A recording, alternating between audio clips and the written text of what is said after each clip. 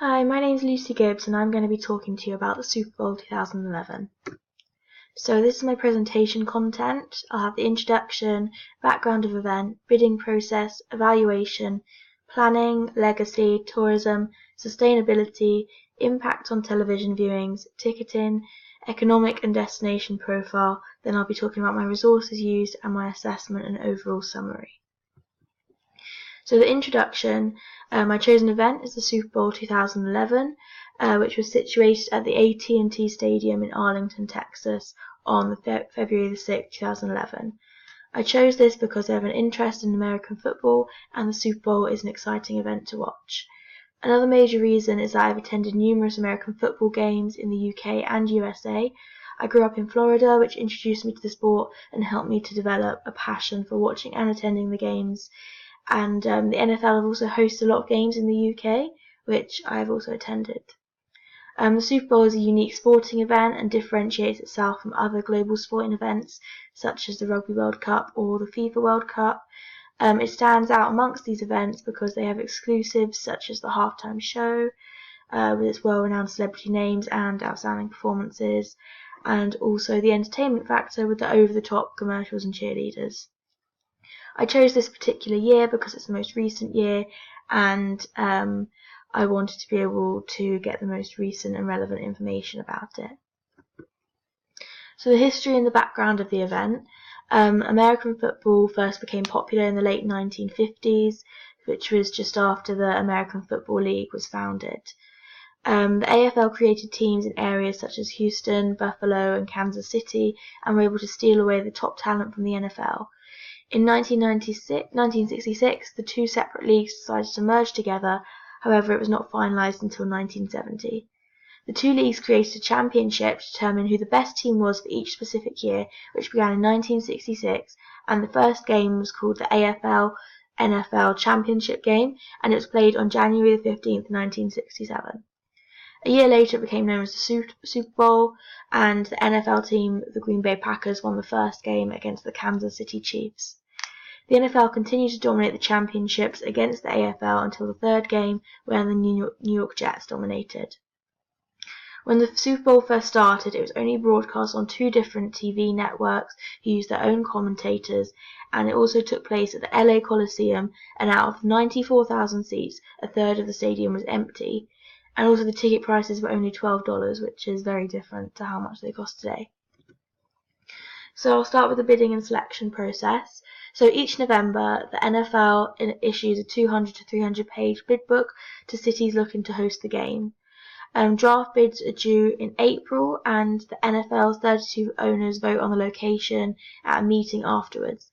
So the hosting requirements include a 70,000 seat stadium, 19,000 hotel rooms for a 3 to 4 night stay, nearby facilities equipped to hold the media, and accreditation centre with room for more than 4,000 media reps, the NFL experience and the NFL tailgate party.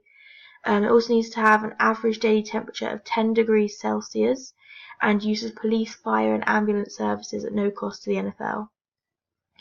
Over time, the politics of the bidding process have increased, and so have the benefits that are included. So the 2007 Miami Bid Committee gave the use of a yacht for each of the 32 owners, whilst Tampa offered all teams free golf. In 2011, the year I'm looking at, North Texas offered the NFL an additional $1 million to cover game day expenses at the stadium. So the legacy. The Super Bowl has created the Legacy Fund, which aims to keep children fit and healthy. Their aim is to build a healthier, more active, life-changing future for children. It works with the Department of Health statewide health improvement program. The Legacy Fund aims to provide 52 grants to 52 different community projects. As part of this program, the Legacy Fund hosts Super Bowl breakfasts and lunches, which provides underprivileged children with healthy meals they might not usually be readily available for them. These meal times are also attended by NFL committee members and some current and retired NFL players. So some of the positives is that it helps underprivileged children and it also gives back to the community. The negatives is not necessarily about the Legacy Fund itself, but it doesn't gain a lot of widespread media attention and it's not very well known.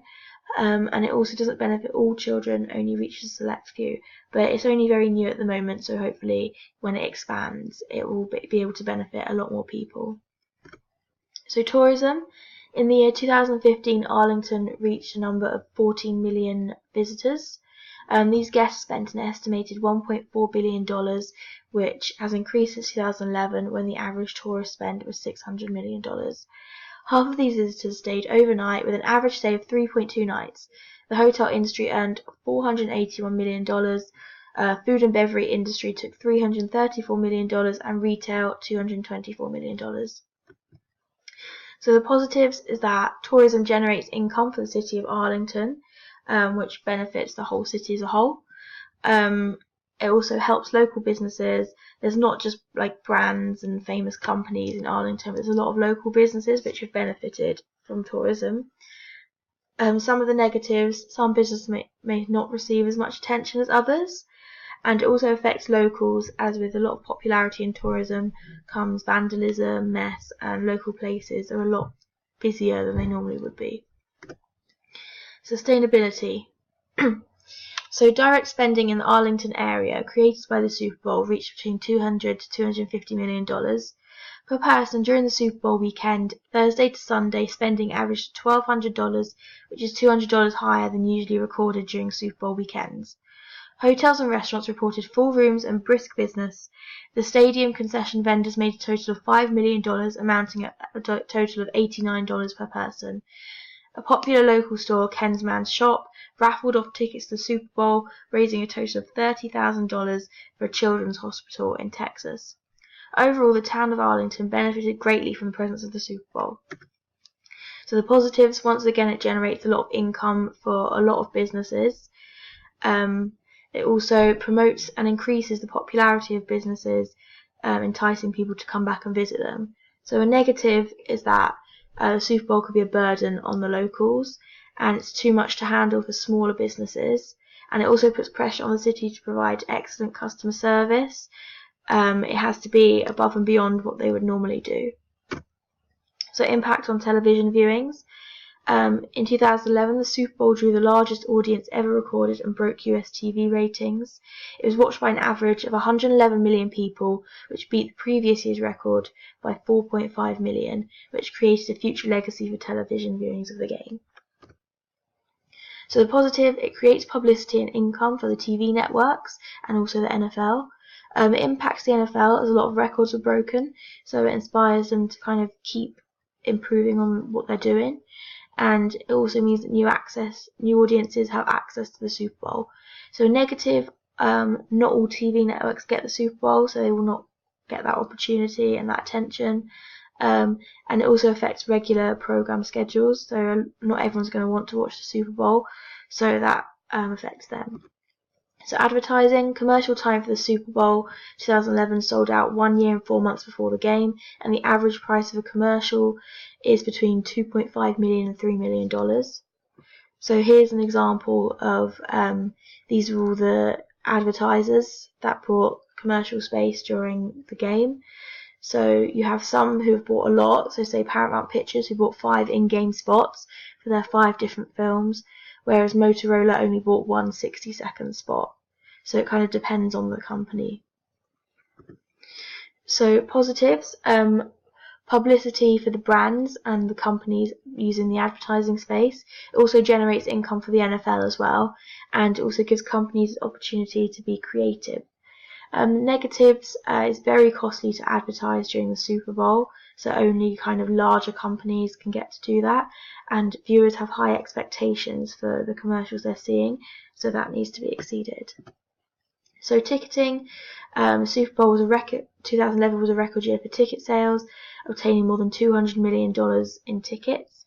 It's the biggest economic impact of an event for North Texas. The number of attendees at the event was estimated at 105,000, which is the largest number of attendees at a Super Bowl game. Ticket prices for club seats sold at $1,200.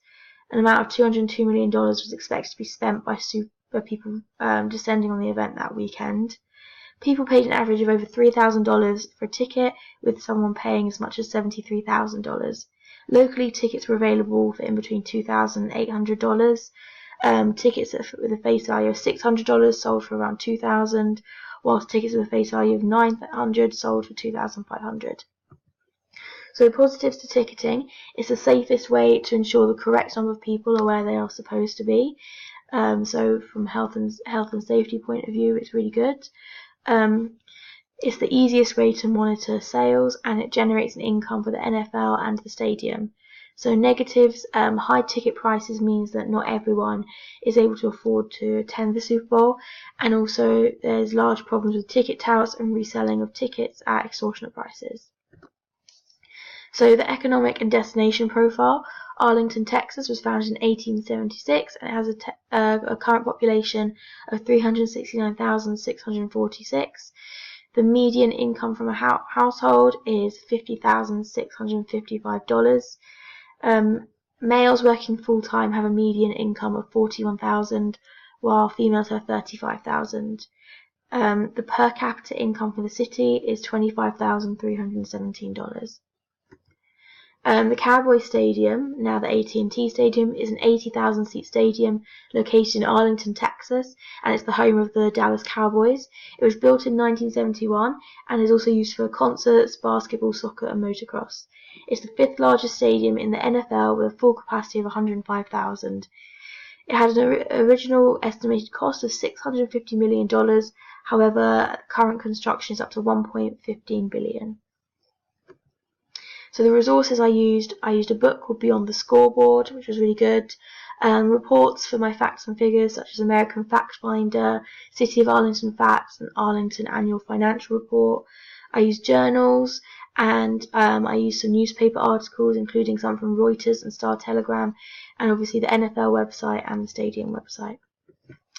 So my assessment and overall summary. So positives: Super Bowl generated revenue for the city of Arlington. It also boosted tourism within North Texas.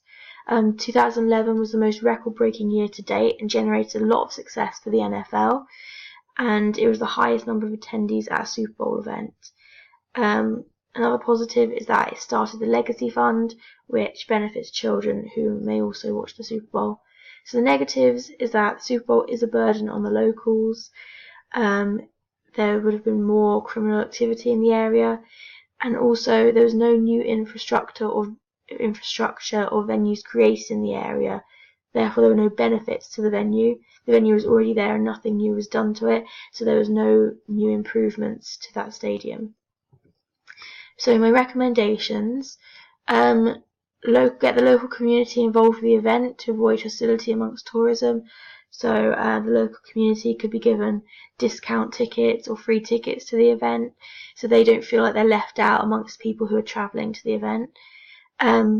More funding and attention towards the Legacy Fund. I know it's new, but it's a really good idea and a positive aspect of the Super Bowl, so I think that could be worked on a lot more and benefit a lot more people.